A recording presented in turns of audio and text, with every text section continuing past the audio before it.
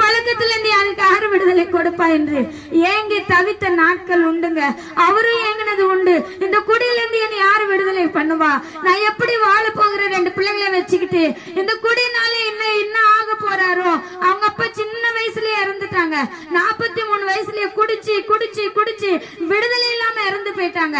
அதே போலதான் என் கணவர் இறந்து போயிடுவாங்க. நான் என்ன செய்வேன்?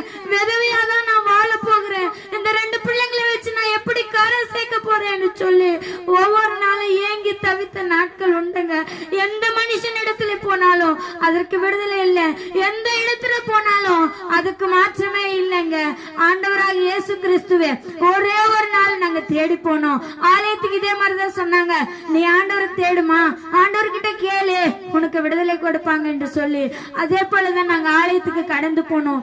ஆண்டவராக இயேசு கிறிஸ்து இறங்கி வந்து 15 வருஷம் ஆகுதுங்க. என் கணவரோட குடி பழக்கத்தை ஏசப்பா மாற்றி போட்டாரு. இன்றைக்கு ஒரு ஊழியக்காரனா ஆண்டவர் உங்க மத்தியில நிக்க வச்சிருக்கிறாருங்க. அதே போலதான் என் வீட்டுல என் பிள்ளை குடிக்குது, என் கணவர் குடிக்கிறாரு.